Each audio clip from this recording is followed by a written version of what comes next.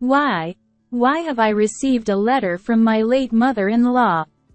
I was staring at the envelope that had arrived in my home mailbox, utterly astonished. The sender of the letter was none other than my mother-in-law, who we had just concluded her funeral yesterday. My mother-in-law had been incredibly kind to me since the beginning of my marriage, and I adored her dearly. We often went out to eat together, enjoyed shopping trips, and had grown close like friends despite our age difference. Her sudden passing left me utterly devastated. Even now, after the funeral, I still couldn't fully come to terms with the reality of her being gone. Amid this grieving period, receiving a letter from my mother-in-law left me profoundly surprised. Hastily checking the contents of the letter, I found something I never expected. First, the reason why I received this letter was that my mother-in-law had asked the temple priest to deliver it to me upon her passing. The letter instructed me to open the secret compartment in the family's chest, and revealed the existence of a hidden door. The instructions for opening the hidden door were detailed. At the end of the letter, there was a directive to be sure to open it alone. Checking the time, I realized my brother-in-law, his wife, and their children, with whom my mother-in-law lived at her house, were all out at work or school. Hurriedly, I made my way to my parent-in-law's house, entered using the spare key, and followed my mother-in-law's instructions to open the secret compartment in the chest alone. I did it. It's open. I sighed with relief, and examined the contents inside. What? This is. My name is Nancy. I'm 35 years old and work as a web designer from home. I got married to Tom, who is 4 years older than me. 5 years ago, a friend introduced him and our relationship as a couple is still very strong. However, we haven't been blessed with children yet. Both of us adore children and had hoped to have them soon after marriage, but unfortunately, we haven't been able to conceive. I used to struggle deeply and sometimes get depressed about not being able to have children. But there has always been someone who treats me kindly despite that. It was my mother-in-law. Nancy, don't worry so much. There's no need to rush. Hey, how about we go together to the new waffle place near the station for a change of pace? My mother-in-law always encouraged me and spoke warm words of comfort. Bright, kind, and caring, I deeply loved my mother-in-law. She saved me many times, and gradually, the times I fretted about having children decreased. Though I still desire children, I've opted not to pursue extensive infertility treatments but rather let things happen naturally. Since my husband Tom travels frequently for work, my mother-in-law and I often dine out or go shopping together during his absence, and we fostered a close bond akin to that of friends despite our age difference. My mother-in-law lives nearby with my brother-in-law's family, who have 3 children. While my mother-in-law seems to get along well with them, my brother-in-law and his wife frequently hurl insults at my husband and me, who are childless. Nancy, you haven't had any children yet? We have 3 lovely kids here. Being childless is unfilial. Cut ties with your mother-in-law soon. With a smug look, Amy, my brother-in-law's wife, says such things, and my brother-in-law Jason joins in, mocking us. Amy's right.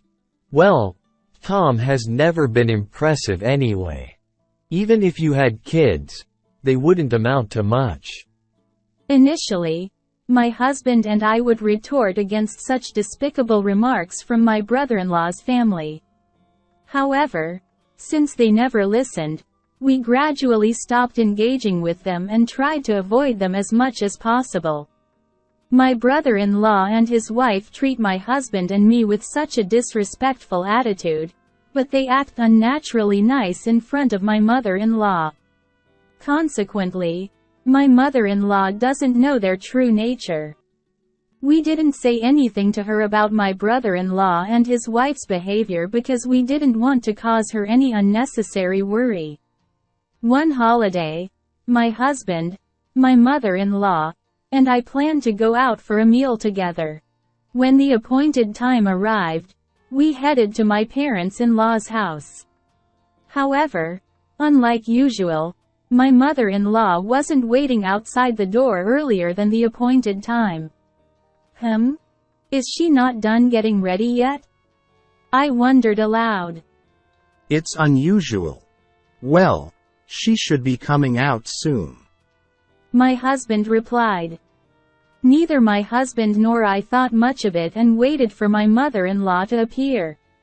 However, as 5 minutes passed, then 10, she still didn't show up, nor did she answer her phone. I wonder what's going on with your mom. I began to feel uneasy. Feeling increasingly anxious, we rang the doorbell of my parents-in-law's house. With no response, we decided to use the spare key to enter. Hey, Mom? My husband called out as taking off his shoes at the entrance, but there was no response from inside. With a bad feeling, we hurriedly searched for my mother-in-law. Then, we found my mother-in-law collapsed in her bedroom. Oh my God! I exclaimed as I rushed to her side, and my husband immediately called for an ambulance. My brother-in-law's family must have been out together because besides my mother-in-law, there was no one else at the house. The ambulance arrived in about 8 minutes, and my mother-in-law was swiftly taken to the hospital. But unfortunately, she passed away there. It was a stroke. My husband and I couldn't accept the sudden loss of my mother-in-law. We cried so much that it felt like we would never stop. However, there were many things to do, like preparing for the funeral. We couldn't remain sad and despondent forever. The funeral was decided to be conducted as a family affair, and my brother-in-law assumed the role of the chief mourner. In order to properly conduct my mother-in-law's funeral for her sake, my husband and I collaborated with my brother-in-law, making preparations together. However, even during the arrangements with relatives and discussions with the funeral home, there was an unmistakable air of reluctance emanating from my brother-in-law. Although he showed no signs of grieving over my mother-in-law's death, he managed to fulfill his duties as the chief mourner during the wake and funeral. Yet, he would promptly summon my husband after he talked a bit with the relatives, and abruptly leave. Leaving the relatives made them offended, so they glared at my brother-in-law. Moreover, during the post-funeral gathering with relatives, my brother-in-law would be the first to take a seat. Also, he refused to budge even when my husband urged him to greet the guests. He simply sat there, sipping his beer. His wife was sitting beside him and did the same. So my husband and I circulated among the relatives, expressing gratitude for their presence and reminiscing about my mother-in-law.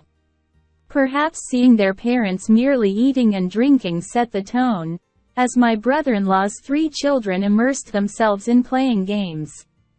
They occasionally laughed raucously and playfully nudged each other, creating an atmosphere that hardly resembled a post-funeral gathering. Not a single member of my brother-in-law's family appeared to mourn my mother-in-law's death. The relatives seemed to pick up on this attitude alone. Without even attempting to talk to my brother-in-law and his wife, they only bid farewell and shared memories with my husband and me. Despite the blatant change in the relatives' attitude, they remained unaffected. They kept ordering beer after beer, discussing inheritances, planning trips during mourning periods, and so on. After all the care they received from my mother-in-law while she was alive, how disrespectful these people are. I found myself casting disdainful glances at my brother-in-law's family. The next day, my husband left early in the morning for some procedures. I was staying at my home and intended to check the mailbox for the newspaper. Then, I noticed a letter inside. Who could it be from? Taking the letter and confirming it was addressed to me, I was surprised to find out that it was from my mother-in-law. Why would my mother-in-law send a letter? With astonishment, I returned to the living room to open the letter. Inside was something I had never expected. It seemed that my mother-in-law had asked the temple priest to arrange to send me this letter upon her passing. The letter contained instructions on how to open the chest, how to open the hidden compartment, and the contact information of the family lawyer. Finally, there was an instruction to ensure that, Please make sure to open it by yourself. I traced my mother-in-law's letter multiple times.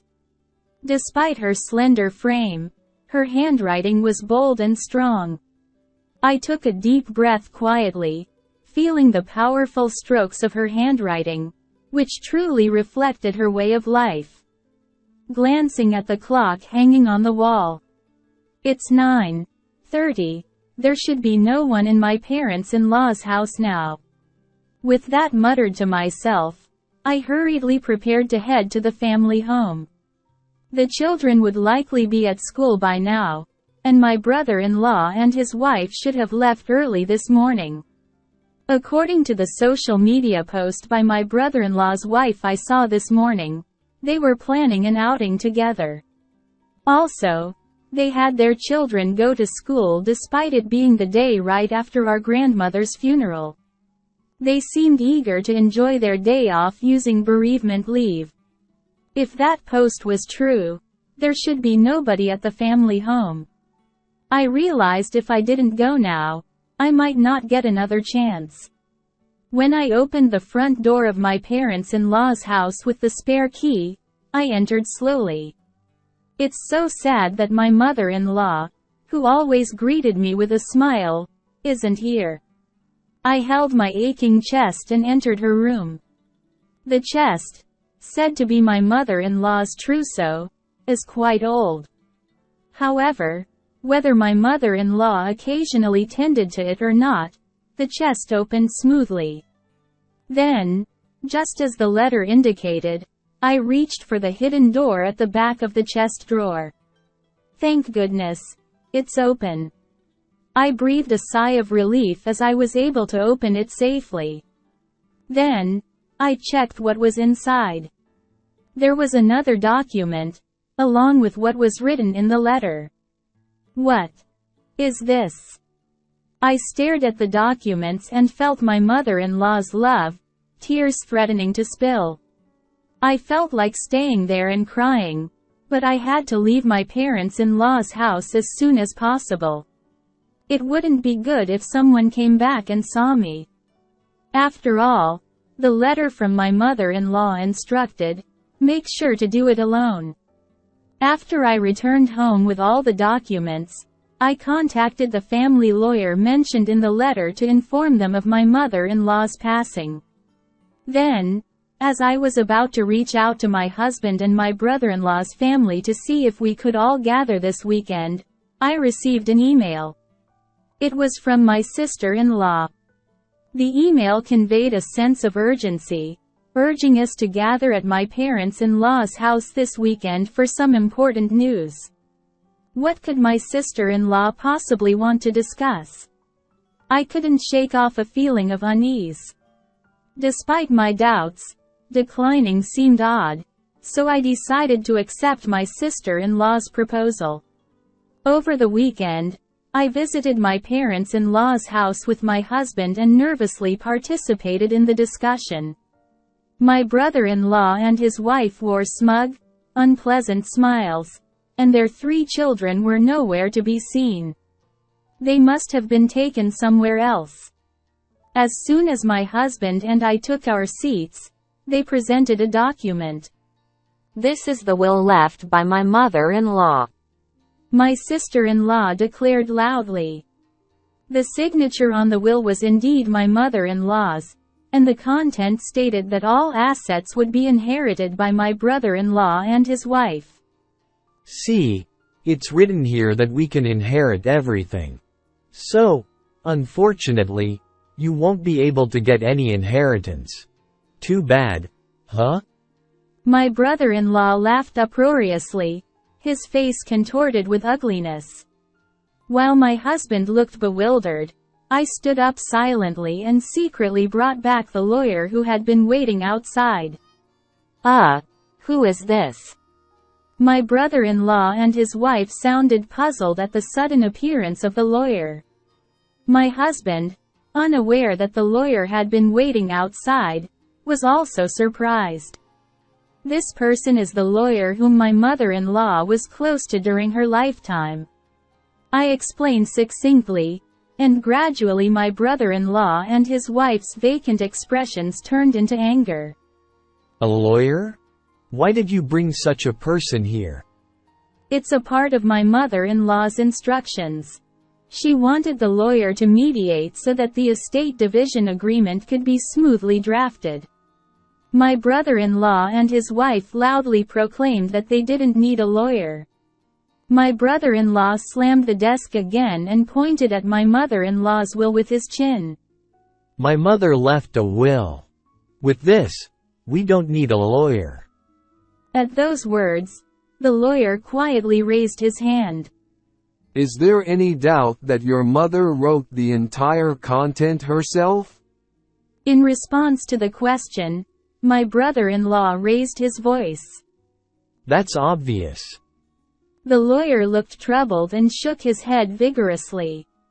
This cannot be recognized as a will. A holographic will must be entirely handwritten by the testator. The lawyer pointed to the words, "will," written at the beginning and my mother-in-law's signature at the end.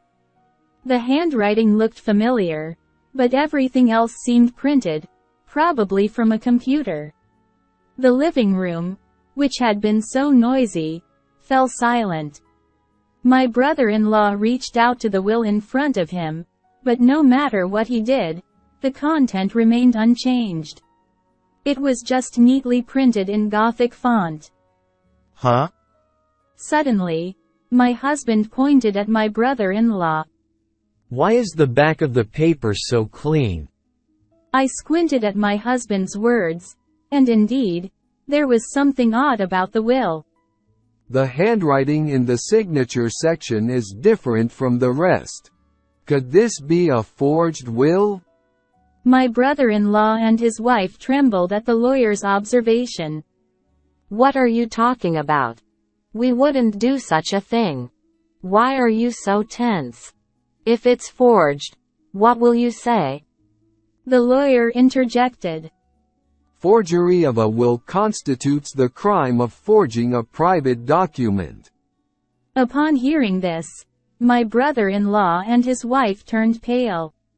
Although they were agitated and making incomprehensible excuses, the lawyer delivered the decisive blow. Nancy has a notarized will, so your will is invalid. What? My brother-in-law and his wife were shocked, eyes wide open. What's that? We never heard of it. The letter I received from my mother-in-law mentioned hiding a notarized will behind the hidden door of the chest. We didn't know either. In the letter we received earlier, my mother-in-law revealed the hiding place to us. The letter contained not only practical information but also explained why she made the notarized will and why she told me about it. My mother-in-law had been feeling her health decline lately and had prepared the will, but she probably suspected that my brother-in-law and his wife might tamper with it. I had assumed that my mother-in-law was completely unaware of my brother-in-law and his wife's true nature, but it seemed she had a vague sense of their greed. The notarized will stated that the assets would be divided equally between my brother-in-law and my husband. What? She had prepared something like this. My brother-in-law and his wife were astonished, eyes wide open. Then, my brother-in-law's expression changed suddenly, and he shouted loudly. "Ah, yes. I'm supposed to be the beneficiary of Mom's life insurance, as the eldest son. Isn't it?" With a glaring look in his eyes, my brother-in-law yelled. I responded in a cold voice. "Besides the notarized will, your mother entrusted me with the life insurance certificate as well. And the beneficiary is me." Inside the hidden door of the chest, there was not only the notarized will but also the life insurance certificate. My brother-in-law and his wife looked incredulous at the notarized will and the life insurance certificate, staring intently. "I didn't hear about this. I don't know anything about this." The lawyer interjected. Changing the beneficiary of a life insurance policy doesn't necessarily require notifying the original beneficiary. Although my brother-in-law insisted he didn't know, slamming the table hard, the lawyer cut him off. My husband turned to me. When did Mom entrust such a thing to Nancy? I didn't know anything about it. Maybe she didn't want to tell me. He asked anxiously. I smiled at my husband and told him. It was written in the letter I received from your mother. She actually wanted to tell you about it too, but she was worried that if both of us were involved, your brother and his wife would become suspicious. So, she entrusted it to me alone. I see. There's no wonder because Mom and you were really close. While my husband and I were talking, my sister-in-law barged in hysterically. I can't accept this. Why should you two, who didn't even show your children to my mother-in-law, inherit her estate? This is ridiculous. I can't accept this at all. My brother-in-law joined in, his face turning red as he shouted. Exactly. You unlucky bunch have no right to Mom's estate. We were living here together just for her inheritance. Splitting it equally? Don't make me laugh. The inheritance is all ours. My sister-in-law continued to shout, adding to his selfish claims. We have 3 children. As compensation for not showing my mother-in-law any grandchildren, you should give all of her inheritance to our children for their future. We have shown 3 grandchildren, so we are much greater than you. The inheritance belongs to us. Despite my sister-in-law's aggressive tone, I remained calm. What you've been saying is nonsensical. Please calm down a bit. My composed demeanor seemed to infuriate my sister-in-law even more. Your calm attitude annoys me so much. Just give us the money already. You're a useless, childless woman. She yelled and lunged at me. My husband and the lawyer intervened, but before they could stop her, my sister-in-law punched me in the head. Ouch! She had several large rings on her fingers, so they were like a makeshift brass knuckles. I involuntarily cried out at the dull pain. Stop it. My husband and the lawyer pulled my sister-in-law away, but she attempted to reach for me again in her agitated state. Give us the inheritance. I deserve to have it all more than you do. I have 3 children. Her eyes were bloodshot, and her face was twisted like a demon's. My brother-in-law goaded her on, saying things like, Hit her more. And my enraged husband called the police. When the police arrived shortly after, my husband and the lawyer explained the situation. My brother-in-law and his wife were then escorted away by the police. My husband and I thanked the lawyer and decided to send him home for today. What was supposed to be a discussion about creating an estate division agreement turned into a chaotic ordeal. My husband and I nodded in agreement to bring a gift of apology the other day. My husband was deeply concerned about me being hit by my sister-in-law, but he seemed relieved when I told him the headache had completely subsided. In the light of the whole tumultuous sequence of events, I murmured, "It's been quite an intense time." Then, my husband brought up something unexpected. Hey, Amy seems to constantly flaunt about the children, you know? She always boasted about showing Mom 3 grandchildren and how great she was. And, don't you think she's overly fixated on money? Indeed, my sister-in-law had been excessively promoting her children and exhibited an intense fixation on money during the earlier altercation about money. Well, she has been quite vocal about the children for a while, and her obsession with money was indeed extreme. Her expression while hitting me was terrifying. Yeah, you're right. It's a bit abnormal. After saying that, my husband fell into a pensive silence. What's wrong? Is there something bothering you? Not understanding what my husband was getting at, I inquired.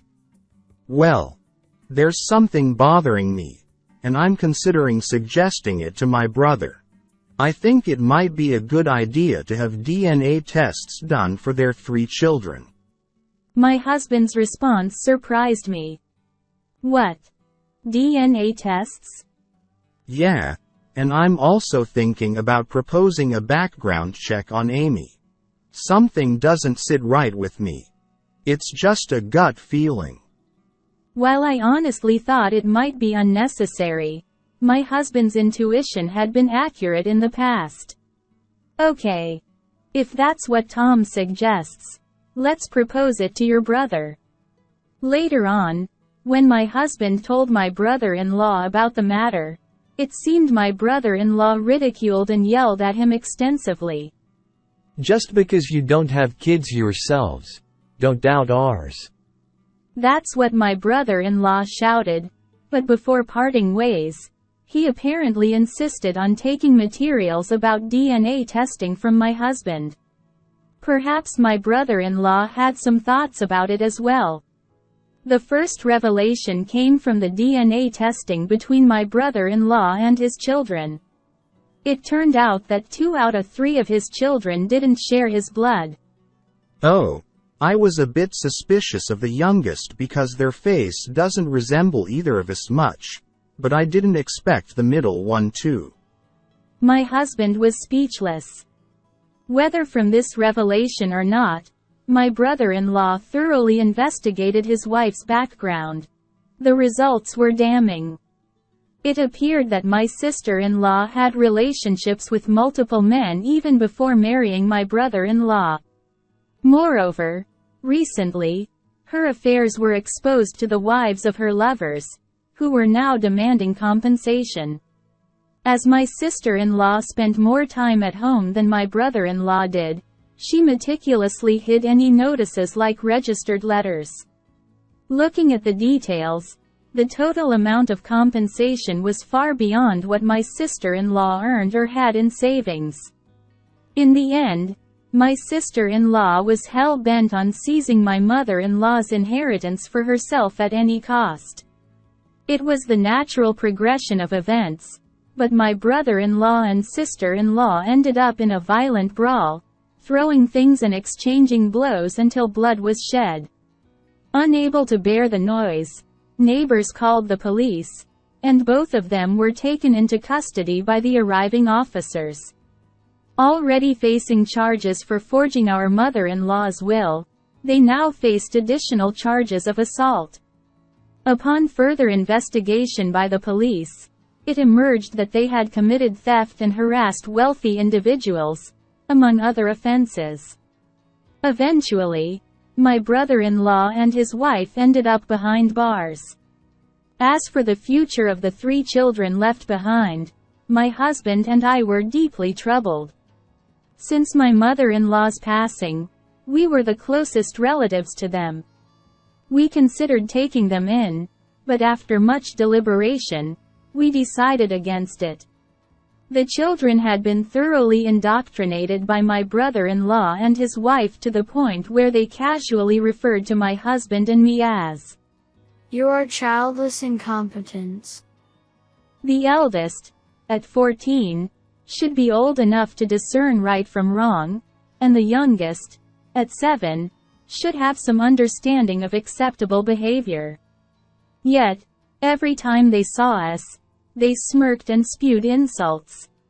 Even with their parents in trouble or at the center of a controversy, their mindset remained unchanged. To hear our nephew, who is 14, saying, "We'd be better off being raised by childless idiots," was beyond anything we could have imagined.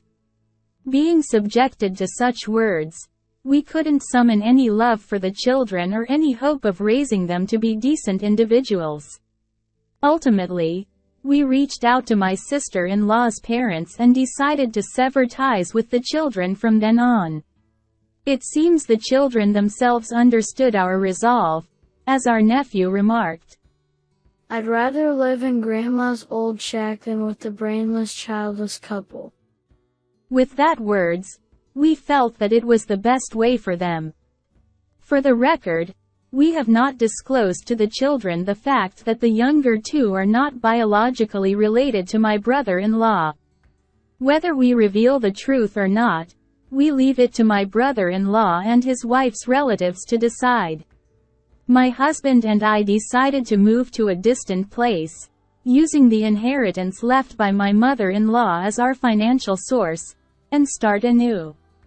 It's a place abundant with greenery and nature, where both my husband and I quickly felt at home.